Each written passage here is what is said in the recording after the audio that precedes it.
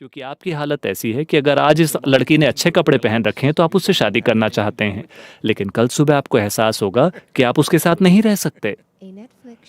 Netflix Netflix का एक show आजकल बहुत ट्रेंड कर रहा है, जो शादी तय करने के भारतीय तरीके के बारे में है। लोग अरेंज मैरिज को पुराने ज़माने का तरीका बताकर इसकी बुराई कर रहे हैं। क्या अरेंज मैरिज की पद्धति के पीछे कोई विज्ञान है?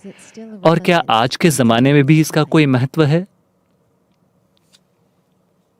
किसी चीज़ की सफलता नतीजे पर निर्भर करती है।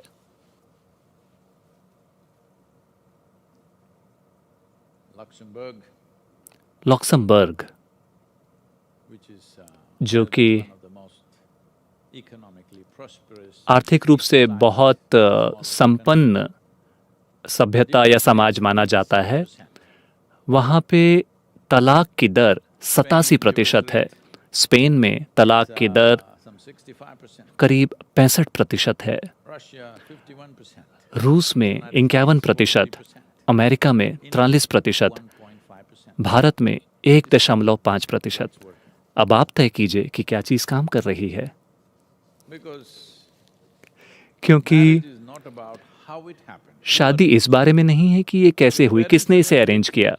आपके माता पिता ने अरेंज किया, या एक कमर्शियल वेबसाइट ने अरेंज किया, एक डेटिंग ऐप ने अरेंज किया, या एक लोकल बार ने अरेंज किया जब आप नशे में थे, या आपके कंफ्यूज्ड दोस्तों ने अरेंज किया, या आप खुद कंफ्यूज थे और आपने खुद इसे अरेंज किया। चाहे जैसे भी हो, ये एक अरेंजमेंट ही है। तो बेहतर ये होगा कि इसकी व्यवस्था, इसका अरेंजमेंट जिम्मेदार लोग करें, समझदार लोग करें। ये सोचना कि अरेंज मैरिज किसी तरह की गुलामी है, ये इस चीज़ पर निर्भर करता है। देखिए, जिस तरह से लोग, आपको हर जगह ऐसे लोग मिलेंगे जो किसी का शोषण करते हैं। कभी कभी हो सकता है कि आपके माता पिता शोषण कर रहे हों, वो अपनी खुद की फ़ायदे के लिए चीज़ें कर रहे हों, अपने सम्मान के लिए, अपनी दौलत के लिए, अपनी संपत्ति के लिए। हो सकता है कि उन वजहों से उन्होंने ये अरेंजमेंट किया हो। 2 दिन पहले किसी ने मुझसे पूछा था कि वो अपने बेटे के लिए एक लड़की खोज रहे हैं। एक लड़की बहुत अच्छे से पढ़ी लिखी है, सुंदर है। दूसरी लड़की, उसके पिता बहुत बड़ा आदमी है। तो किस लड़की से हम अपने बेटे की शादी करें? तो मैंने एक सरल सा सवाल पूछा, आप अपने बेटे की शादी उस एक लड़की से कराना चाहते हैं या दौलत से कराना चाहते हैं? आप तय कीजिए। मुझे नहीं पता कि आपकी प्राथमिकताएं क्या है। ये इस पर निर्भर करता है कि आपकी प्राथमिकता क्या है।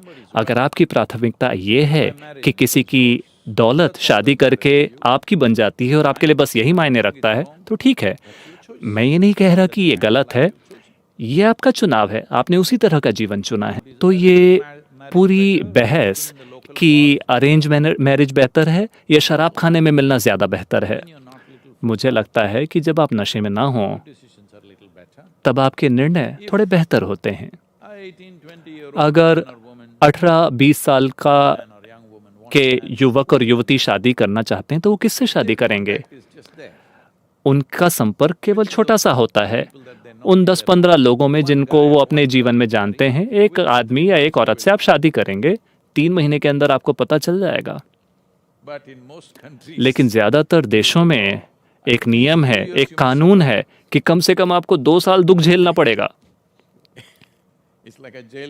ये एक जेल की सजा की तरह है। अगर आपने गलती की है तो कम से कम 2 सालों तक तो आपको दुख झेलना ही पड़ेगा। सिर्फ तभी आप तलाक ले सकते हैं। ज़्यादातर देशों में ऐसा है। आपको ये समझना होगा कि जब माता पिता शादियों की व्यवस्था करते हैं, मैं आपसे एक मूलभूत सवाल पूछ रहा हूँ, क्या आपको लगता है, हो सकता है कि उनके निर्णय सबसे अच्छे ना हों, लेकिन उनके बारे में या आपके बारे में वो निश्चित रूप से सोच रहे हैं। अगर आपकी समझ उनसे ज़्यादा अच्छी हो गई है तो कोई बात नहीं।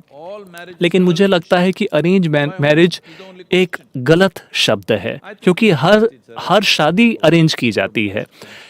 इसे किसने अरेंज किया है, वो सवाल केवल इतना है।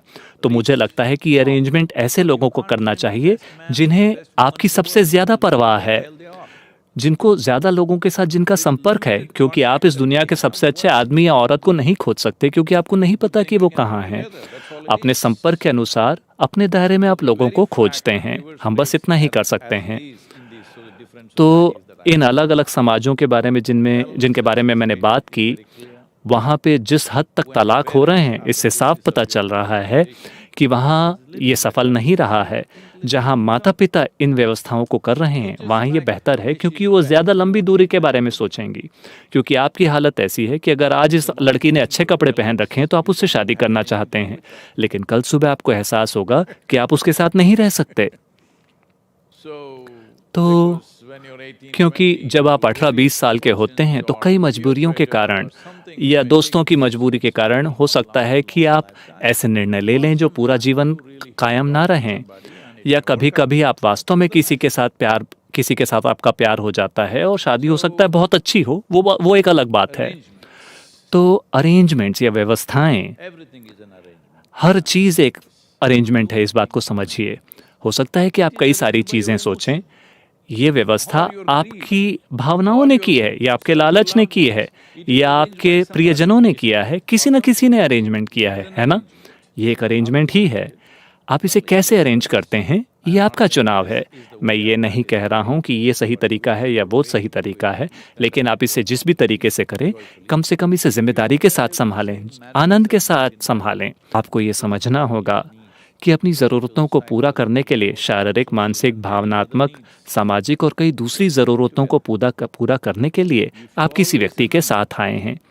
अगर आप हमेशा याद रखते हैं कि मैं अपनी ज़रूरतों को पूरा करने के लिए तुम्हारे साथ आया हूँ, आप ज़िम्मेदारी के साथ इसे सँभालेंगे।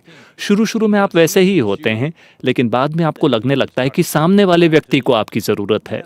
फिर आप बेपरवाही से पेश आने लगते हैं, फिर निश्चित रूप से कई सारी समस्याएं पैदा होंगी। अगर आपको लगता है कि आप दर्द से, संघर्ष से भरे हुए हैं और आपको सहारे के लिए किसी व्यक्ति की ज़रूरत है, तो निश्चित रूप से समस्याएं होंगी। आप खुद को एक शानदार, आनंद भरे इंसान में तब्दील कर लें, फिर आप देखेंगे कि आपका काम भी शानदार होगा, आपका घर भी शानदार होगा, आपकी शादी भी शानदार होगी, हर चीज़ शानदार होगी क्योंकि आप शानदार हैं। खुद को ठीक किए बिना अगर आपको लगता है कि कोई और आपको आके ठीक करने वाला है, फिर आपके लिए समस्या होगी और दुर्भाग्य से दूसरे व्यक्ति को भी इसके कारण बहुत तकलीफ होगी।